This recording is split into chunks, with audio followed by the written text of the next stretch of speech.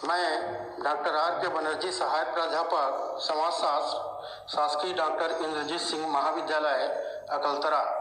प्रिय विद्यार्थियों, हमने स्थानांतरित खेती के बारे में चर्चा कर रहे थे, जिसमें पहला पार्ट में अर्थव्यवस्था से जुड़ी कुछ समस्याओं के बारे में चर्चा कर रहे थे, जिसमें से अगला समस्या है ऋणग्रस्तता की।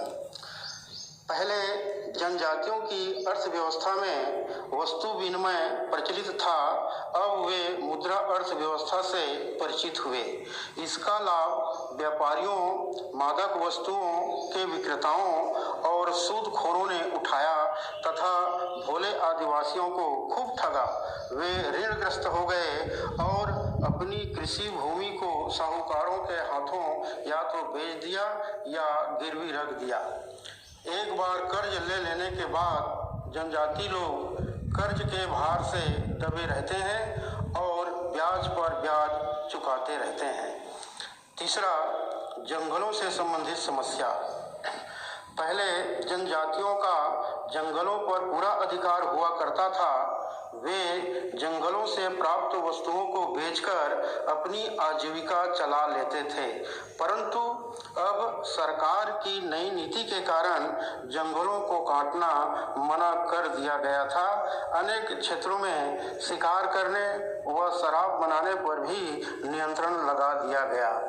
अब जनजाति लोगों को कम मजदूरी पर ठेकेदारों, साहूकारों एवं उद्योगपतियों के यहाँ काम करने को बाध्य होना पड़ा। चौथा, कृषि मजदूरों एवं औद्योगिक श्रमिकों की समस्याएं। जनजाति लोगों को आर्थिक मजबूरी के कारण कृषि क्षेत्र में, चाय बागानों में एवं औद्योगिक संस्थानों में श्रमिकों के रूप में कार्य करने के लिए बाध्य होना पड़ा। यहाँ इन्हें मजदूरी इतनी कम दी जाती है कि ये अपनी मूलभूत आवश्यकताओं की पूर्ति भी नहीं कर पाते। पांचवा, स्थानांतरित खेती से संबंधित समस्याएं। जनजातीय जनजातीय जनसंख्या का एक बहुत बड़ा भाग कृषि व्यवसाय में लगा हुआ है। लगभग 75 से 80% जनजाति लोग कृषि पर आश्रित हैं। घने जंगलों, पहाड़ियों एवं पठारी क्षेत्रों में रहने के कारण इनके निवास क्षेत्रों में जीविकोपार्जन के साधन बहुत ही सीमित हैं। कृषि कार्यों में संलग्न जनजातियों में प्रमुख हैं उरांव, मुंडा, भील, संस्थाल, मझवार, बैगा, कोरवा, गोंड, हो और असम की कुछ जनजातियां। देखते हैं सारांश। उपर्युक्त विवरण से स्पष्ट है कि सदियों से जनजाति लोग स्थानांतरित खेती प्रणाली से खेती करते आ रहे हैं।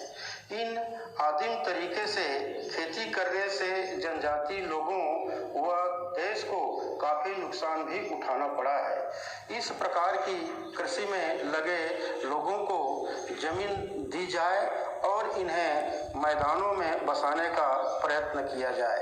यहाँ स्थानांतरित कृषि पर प्रतिबंध लगाया गया है। वहाँ लोगों को हल, बैल एवं कृषि से संबंधित अन्य उपकरण जुटाने के लिए कर्ज दिया गया है, परंतु फिर भी जनजातियां अपनी आर्थिक स्थिति को सुधारने में असमर्थ रही है।